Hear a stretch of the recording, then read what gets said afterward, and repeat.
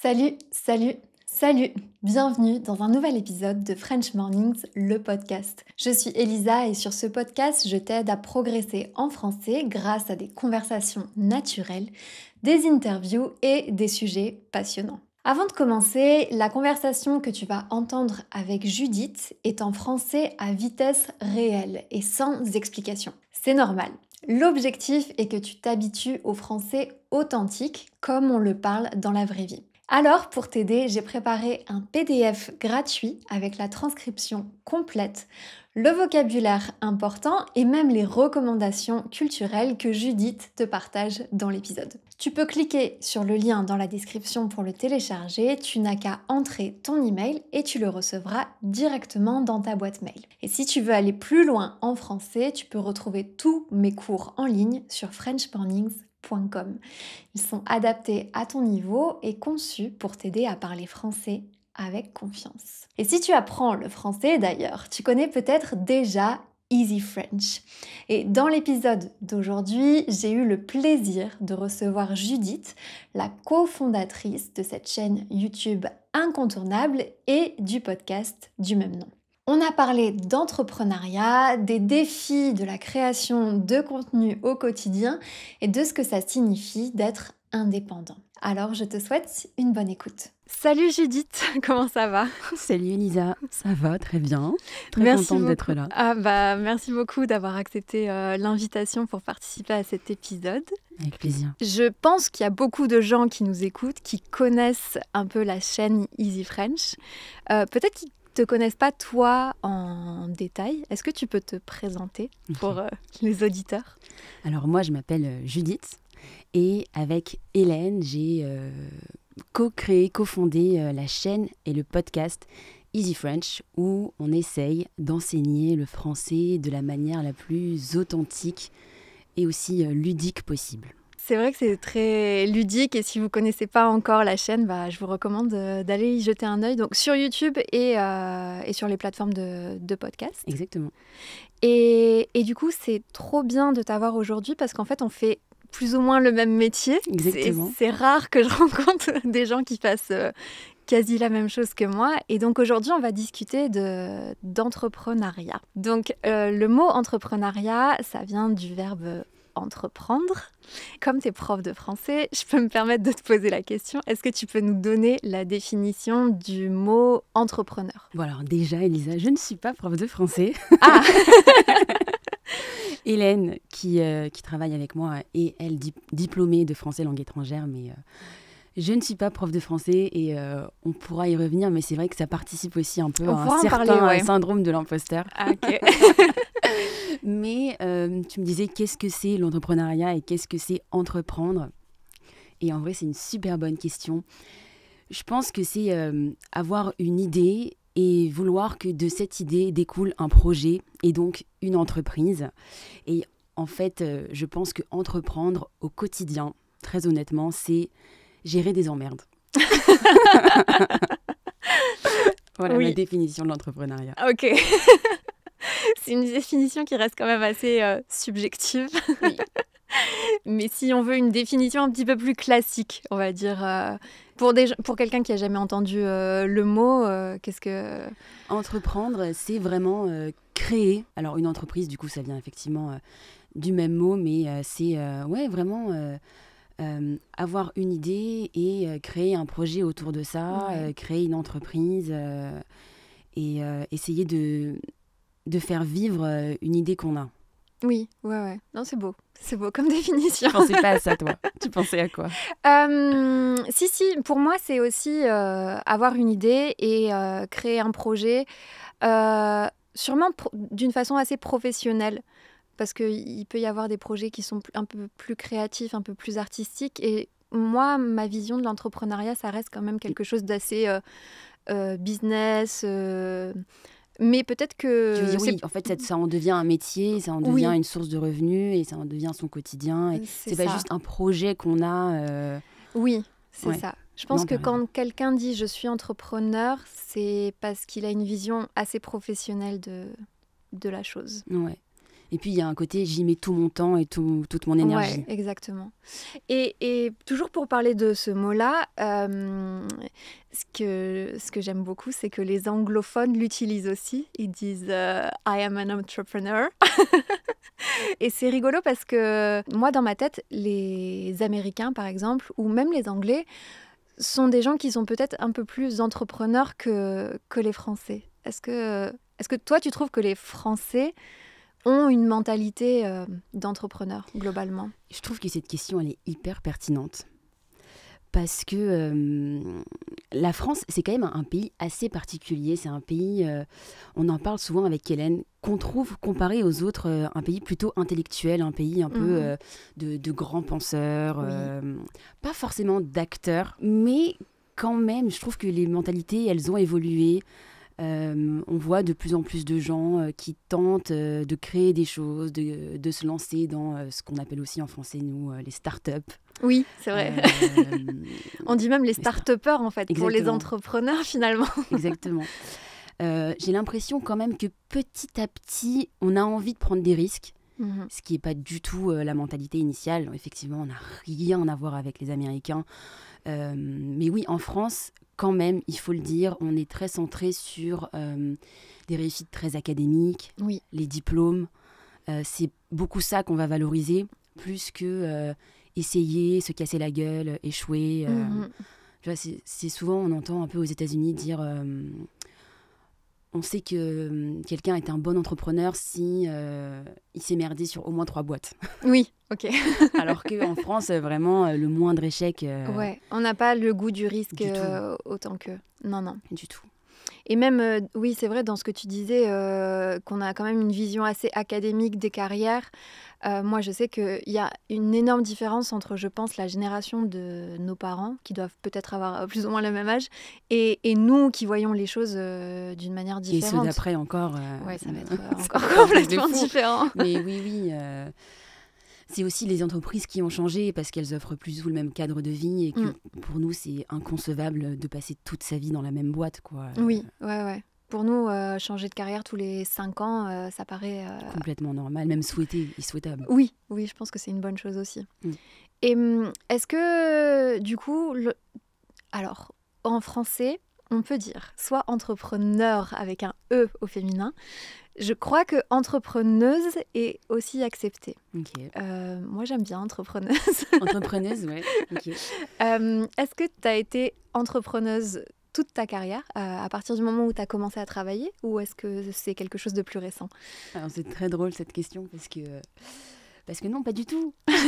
Parce que en fait, donc Easy French, c'est un projet qu'on fait vivre depuis à peu près 6 ans. Mais moi... j'y suis à plein temps que depuis à peu près 6 mois. Et pendant 10 ans, j'étais médecin.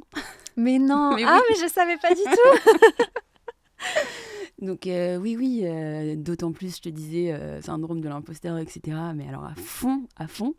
Mais oui, pendant 10 ans, j'étais médecin. Et pour le coup, alors c'est assez fou, comme je vais te le dire. Mais pour beaucoup, je faisais Easy French à côté de la médecine. Et vraiment, pour moi, c'était tout l'inverse, quoi. Easy French, ça prenait tout mon espace mental, toute mon énergie, toutes mes tripes. Et à côté, j'étais en médecine parce que je voulais absolument finir mes études et avoir un diplôme, sinon j'avais rien.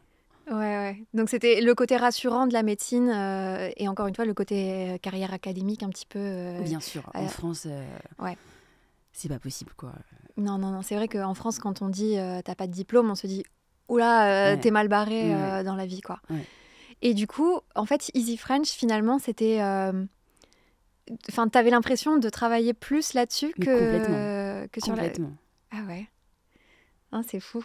Mais complètement fou, parce que même en termes d'horaire, bien évidemment, je pense que je passais beaucoup plus d'heures à l'hôpital que sur Easy French, mais même à l'hôpital, dans ma tête, ça tournait en boucle, Easy French. Trop bien. Et comment t'en es arrivée, en fait, déjà à créer le projet et ensuite à te dire, ok, finalement... ça a dû être un choix difficile de te dire j'arrête la médecine et je me consacre uniquement à ça. Ouais. Alors, comment le projet est né ? Oui. Comment le projet est né il y a à peu près 6 ans. Carrie et Yanush de la chaîne Easy German Mhm. ont voulu faire la même chose en Allemagne, qu'en Allemagne, en France. Et ils ont posté sur les réseaux sociaux des messages pour voir si des gens étaient intéressés. Et moi, à l'époque, j'étais pas spécialement intéressée. Je voulais surtout les rencontrer eux parce que j'étais fan d'eux. T'apprenais l'allemand? J'apprenais l'allemand, Ok. je l'apprends toujours. C'est ma langue préférée. Et en fait, très rapidement, ils ont été pour le coup très entrepreneurs et très directs à l'allemande. Ils nous ont mis un micro dans les mains, une caméra dans l'autre et on est parti interviewer des gens dans la rue. Et on y a pris beaucoup de plaisir, on s'est beaucoup amusé. Et à l'époque, donc les choses étaient quand même assez structurées. Mhm. Mine de rien, on n'est pas parti de zéro. Et c'est aussi pour ça que je te dis que j'admire beaucoup ce que tu fais. C'est que nous, on est arrivé dans quelque chose d'assez structuré où c'était un peu clé en main. Oui, oui, oui. Le logo, les sous-titres, tout était déjà... Ouais, vous saviez ce que vous aviez à faire. C'était très cadré, Mhm. très structuré, vraiment à l'allemande, quoi. Et en fait, petit à petit, le projet a grossi et puis on poste une vidéo et en fait, tu sais, c'est des choses qu'on n'explique pas, ça marche. Oui, oui, oui. Les gens nous aiment bien, je sais pas, on a une tête qui leur revient bien. Mais c'est un mix de tout, ouais, je c'est pense. ça. C'est la personnalité, le concept. Oui, exactement. Voilà. Et puis il y a le côté très pro d'Hélène qui voilà, est vraiment sur l'enseignement du français. Donc on sait qu'on produit quand même du contenu de qualité et c'est pas juste nous qui papotons en français, quoi. Et en fait, le projet a grossi. Et puis au début, on pouvait se dégager des petits revenus de quelques centaines d'euros, quoi. C'était un passe-temps, un petit job à côté, quoi. Et en fait, c'était juste en y mettant de l'énergie, en y mettant du temps. Le projet a grossi et on s'est rendu compte qu'il y avait moyen d'en vivre. Et c'est là où on s'est dit, on y va, quoi. Et ça a pris combien de temps à peu près? C'était les 6 premières années ou ça s'est passé plus tôt? Qu'on s'est dit que le projet était viable, Oui. bien 3 ans. Mhm. Donc 3 ans, le temps de faire grandir Ouais. la chaîne. Et d'accord. Et toi, le moment où tu t'es dit, ok, je passe à 100%. Ça a été vraiment à la toute fin de mes études, Ok. où venait, par la force des choses, le moment où il fallait que je postule pour un poste dans un hôpital et où vraiment c'était plus fort que moi. Je me suis dit, je peux pas le faire, je veux pas le faire et je vais pas être à ma place. Ouais. Tu t'aurais toujours pensé, et si finalement j'avais choisi Ouais. l'autre voie, et du coup tu l'as choisi finalement. Donc bravo, parce que ça n'a pas dû être une décision facile à prendre. Non, effectivement. Et ça a été aussi quand même, j'ai envie de le souligner, à la faveur de certaines rencontres, même intra-hospitalières, de personnes qui ont eu un peu le courage et l'ouverture d'esprit de me dire c'est possible que tu sois pas à ta place et c'est possible que il faille que tu ailles voir ailleurs. Mhm. Ouais, c'est vrai que...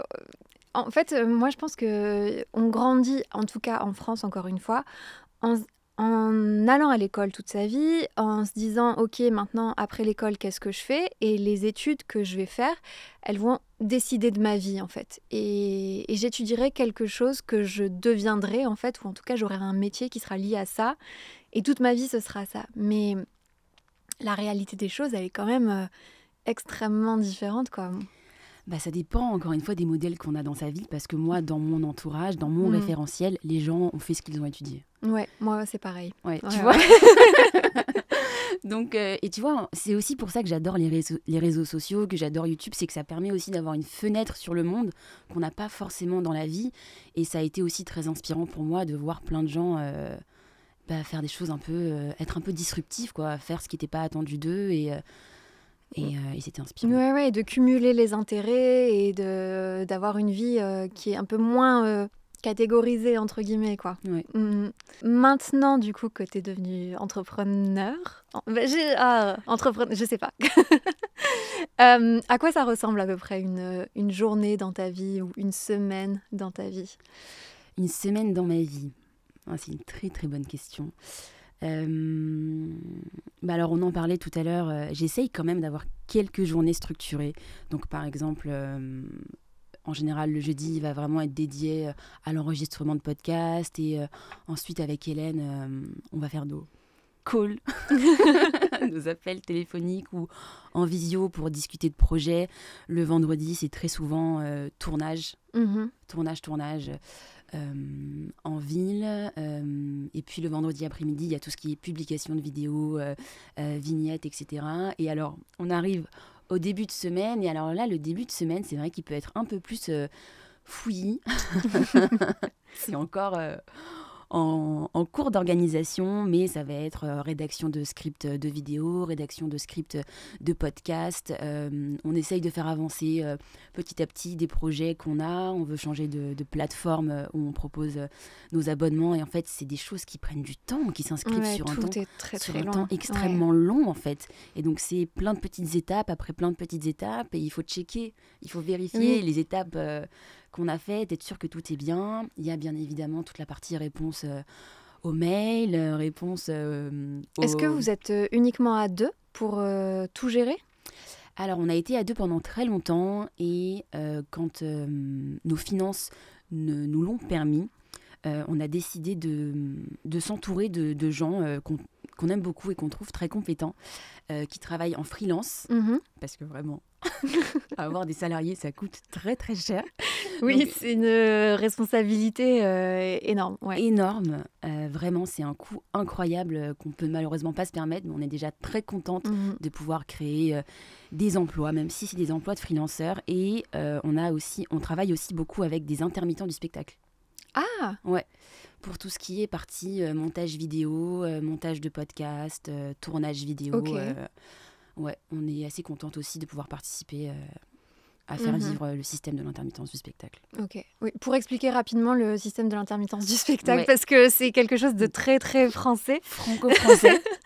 Moi, j'ai été intermittente pendant... très bien.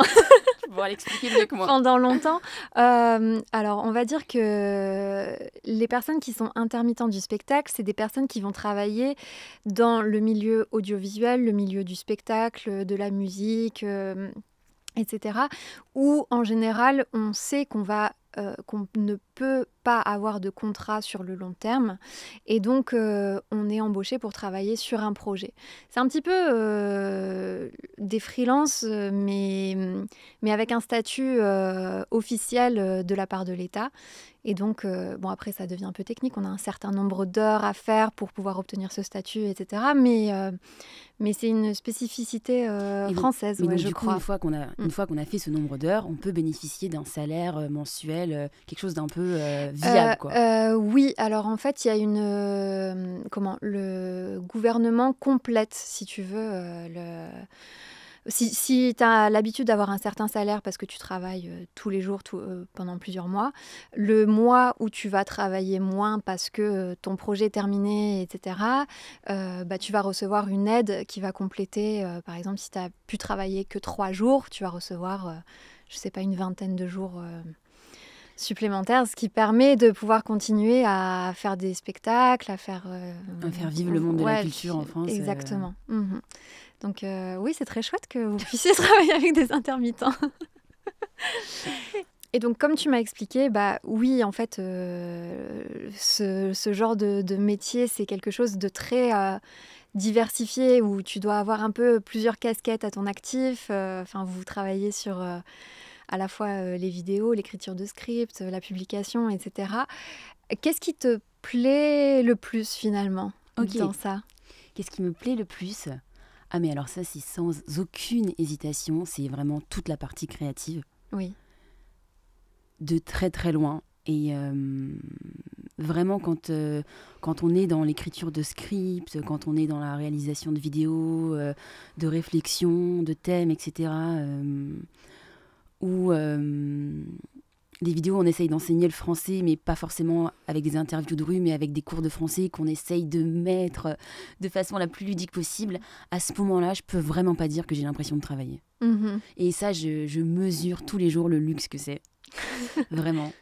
Mais oui, clairement, c'est la partie créative. Ouais, moi, c'est pareil.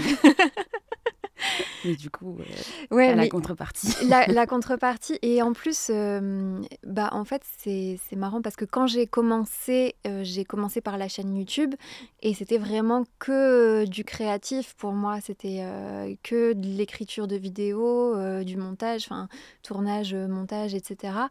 Et ensuite, French Morning, ça a grandi. Maintenant, je propose des cours. Enfin, il y a beaucoup de choses annexes qui sont arrivées, qui font que j'ai un petit peu perdu le temps que je pouvais passer à faire des choses créatives. Maintenant, il y a beaucoup d'administratifs, répondre aux mails, appeler parfois la banque, le comptable. Et ça, vraiment, c'est super pesant. C'est un peu le revers de la médaille, comme on dit. Complètement, Ouais. complètement. J'avoue, et je le dis un peu honteusement, et Hélène, elle va écouter ce podcast, que c'est beaucoup de tâches qui incombent à Hélène. Et déjà, désolée Hélène. Et ouais, non, c'est hyper dur. C'est vraiment une partie qui est extrêmement pénible. Et je pense que si j'avais été seule, j'aurais été très vite découragée. Et encore une fois, je te dis toute mon admiration. Vraiment. C'est gentil. Non, c'est vrai que c'est des responsabilités auxquelles qu'on pense pas avoir quand on commence, en fait. Ouais. Et c'est vrai que trouver l'équilibre ou trouver une nouvelle organisation pour que ça devienne pas trop pesant, c'est un vrai sujet, quoi. Ça s'appelle engager quelqu'un. Oui, je crois. Je crois que ça s'appelle déléguer quand on peut. Ouais, déléguer. Ça, pour le coup, les réponses aux mails, Mhm. on a fini par déléguer ça à quelqu'un qui s'en sort très bien. Parce que vraiment, ça nous prenait trop de notre espace mental. Oui. C'était une trop grosse source de stress. Et en plus, Hélène, elle avait cette particularité à l'époque de vouloir souvent répondre immédiatement. Oui, ce qui n'est pas forcément bien parce que tu réponds toute la journée, du coup. Exactement, Ouais. en fait. Parce que tu ne sais pas quand les mails vont arriver, tu es toujours sur le qui-vive. Et c'est vrai qu'une fois qu'on s'est dit, ok, ça peut attendre. Oui, ça oui. peut attendre le lendemain matin. Les gens attendront. Oui, et puis c'est même mieux en fait d'avoir un créneau dans la journée où c'est réponse aux mails pendant une demi-heure et ensuite on n'y pense plus. Ouais, complètement. Est-ce que tu trouves que tu as une sécurité financière qui est plus agréable aujourd'hui que ce que tu aurais pu avoir en étant médecin? La question, elle parle d'elle-même. Non. La réponse était dans la question. Non. Et encore que c'est vrai que on a quand même un modèle de business qui tourne un peu tout seul, ce qui fait que on a une certaine sécurité et c'est vraiment à nous d'aller batailler pour aller chercher plus. Oui, je comprends tout à fait parce que c'est t'es dans le même vraiment similaire à ma situation aussi, je pense. Et parfois vraiment. C'est une pensée que j'ai, je te la partage. Mais parfois, je me dis, si on n'avait pas cette petite sécurité, parce que voilà, c'est pas non plus... je me demande si ça nous pousserait pas, tu vois, à faire plus, à avoir un peu, tu vois... Oui. Tu vois ce que je veux dire? Je comprends tout à fait parce que moi, j'ai l'impression que j'arrive dans une période où j'ai plus vraiment à construire comme au début où vraiment je partais de zéro et qu'il fallait tout créer, et que maintenant que j'arrive à une période où les cours sont créés, il y a beaucoup de vidéos sur la chaîne, je sais comment ça fonctionne, etc. J'ai peur un peu de me reposer sur mes lauriers, et en même temps c'est normal parce qu'après tout ce travail... ça fait 3-4 ans, on est un petit peu fatigué aussi, donc il faut, je pense, prendre des petites périodes pour se reposer. Mais c'est vrai qu'il y a moins la niaque, quoi. Il y a moins la niaque, ouais. Moins le côté créatif. Et il y a aussi la peur, je crois, de se répéter.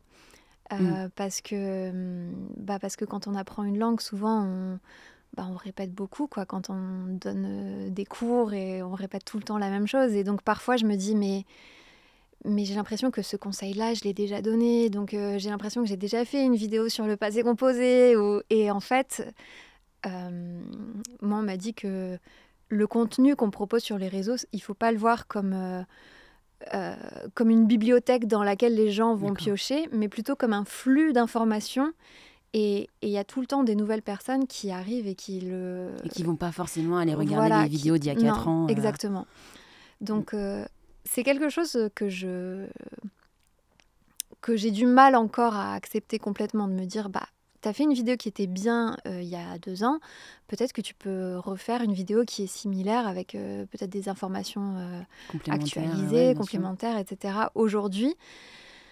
Mais ouais, c'est pas, c'est pas automatique encore. Ouais. Je comprends. Et est-ce que toi, je suis désolée, hein, c'est toi qui poses les questions. Non, mais j'aime bien. Est-ce que toi, il y a des choses que tu te dis, j'ai vraiment envie de les faire, mais j'ai peur? Il y a des choses où je me dis, je vais pas me lancer là-dedans parce que le concept demande trop d'énergie, trop de complexité. Okay. Tu connais tes limites pour l'instant? Oui, en fait, par exemple, j'aime bien faire les choses où il y a besoin que de ma caméra et moi qui parle, parce que je sais que je pourrais faire plusieurs vidéos, que j'aurai du contenu pour un moment. Alors que j'ai plein d'idées de vidéos que je pourrais faire dans la rue. Et je me dis non, mais ça va être compliqué. Il y a beaucoup d'éléments extérieurs, le bruit, il faut gérer les batteries, il faut gérer les micros, Et du coup, je me dis bon bah, on va faire au plus simple pour que sur le long terme, ce soit durable. Mais c'est pas tellement les sujets le problème, c'est plus la mise en scène. Ok. Ouais. Ok. Et toi? Bah alors juste d'expérience. Du peu d'expérience que j'ai, les 3 problèmes que tu as évoqués, là, le bruit, les micros, la batterie, c'est des non-problèmes. Justement, c'est une vraie question que je me pose et qu'on se pose constamment avec Hélène. On a cette sensation de pas avoir ce goût du risque dont on parlait, tu vois. Et je sais qu'il y a des choses qui nous attendent. Je sais qu'il va falloir qu'on se lance, qu'il va falloir qu'on se fasse un peu peur. Et donc ça va venir. Ouais. mais c'est... Ouais, je pense que c'est quelque chose qu'il faut en permanence... c'est une question qu'il faut se poser en permanence, en fait. Et après, YouTube, je trouve que c'est assez bien pour ça, parce que moi, je sais que j'ai expérimenté beaucoup de formats au début pour voir ce qui intéressait le plus les gens. Et il y avait une série même... et après, tu vois jusqu'où tu peux l'épuiser un petit peu. Puisque les gens se lassent forcément, j'ai l'impression, au bout d'un moment de toi, déjà. Je pense que le côté j'ai découvert une nouvelle personne, je consomme tout son contenu, et ensuite, petit à petit, ça m'intéresse de moins en moins. Il est normal. Ouais, bien sûr, je le prends pas forcément personnellement. Et la même chose pour les formats, pardon.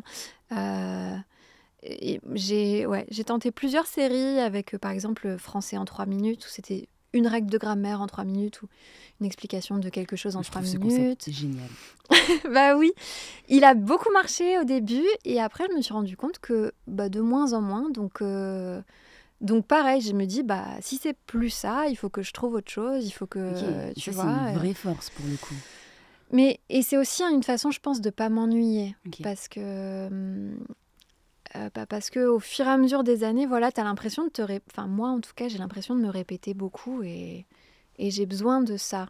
Et justement, les podcasts, c'est quelque chose de nouveau aussi, et je trouve ça hyper stimulant. En plus, j'aime bien aussi le fait de pouvoir collaborer avec des gens, de rencontrer des... c'est beaucoup plus intéressant, je trouve. Mais c'est quelque chose dont on a déjà discuté, mais c'est vrai que être entrepreneur, c'est quand même beaucoup être seul. Oui. Et la solitude, parfois, elle est dure à gérer, surtout qu'on ne se rend pas forcément compte qu'on en souffre. Oui, parce qu'en fait, t'as pas le temps. Parce que tu travailles. Oui, t'as pas le temps de te rendre compte. Et puis à un moment, tu te dis, mais en fait, là, j'ai vraiment la tête dans le guidon, et il faut que je respire, quoi. Ouais. Et je pense que... moi, ce qui m'a fait beaucoup de bien, c'est d'entrer en contact avec des gens qui faisaient la même chose. Et dès que j'ai commencé YouTube, en fait, j'avais besoin de savoir où j'allais. Donc j'ai contacté Léo, qui est devenu un ami, qui a une chaîne pour apprendre le portugais.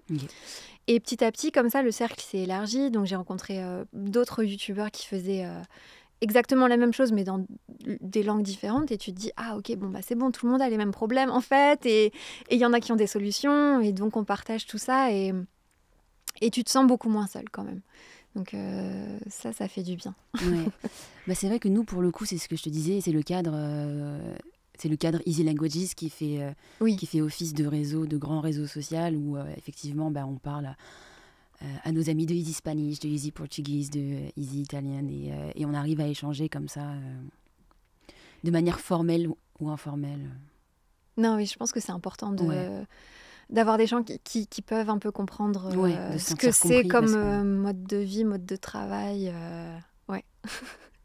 Et toi, justement, je sais que tu as eu un bébé. Oui, Il y a combien de temps? il a 2 ans et 1 mois. Ah. Et est-ce que c'est gérable finalement d'être entrepreneur et d'avoir une vie de famille? Est-ce que c'est même peut-être plus facile que quand on est salarié, tu crois? Je peux que parler pour moi. Mhm. C'est vrai que nous, on a la chance de faire un métier où on ne sauve pas des vies. Donc, on peut le contraindre entre certaines heures, entre les heures qui nous arrangent.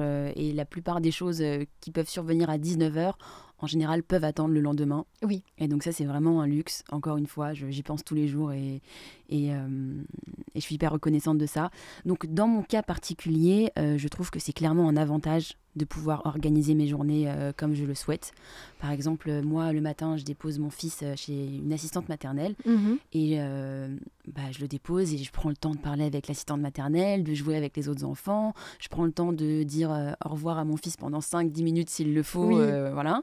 Et je vois bien que les autres parents, ils le déposent, limite ils le jettent et ils courent au travail parce qu'ils sont attendus. Donc, en ce sens-là, c'est vraiment un luxe d'être Oui, entrepreneur. c'est vrai qu'on a parlé quand même pas mal des inconvénients, mais il y a quand même Ah, il y a quand énormément même, d'avantages, franchement, dont celui de jamais être en retard au travail. Ouais. Moi, clairement. je pense que j'aurais du mal à me remettre une alarme tous les jours pour être à tel endroit à telle heure. Ça me... Ouais. Mais je pense même que devoir rendre des comptes à quelqu'un d'autre que soi-même, Mhm. j'en serais incapable. Est-ce que c'est quelque chose que tu as toujours ressenti? Parce que moi, je pense que je suis pas faite pour le salariat. Et la seule expérience qui était proche du salariat que j'ai eue, puisque comme j'étais intermittente pendant longtemps, j'avais des contrats de maximum 1 mois la plupart du temps. Parfois, c'était une journée. Et la seule expérience que j'ai eue, c'est quand j'ai travaillé pour une chaîne de télé et je faisais toute la saison. Donc, je suis restée de septembre à juin. Et là, c'était vraiment, allez, on va au bureau tous les jours, on discute à la machine à café. Enfin, la vie d'entreprise que je découvrais pour la première fois.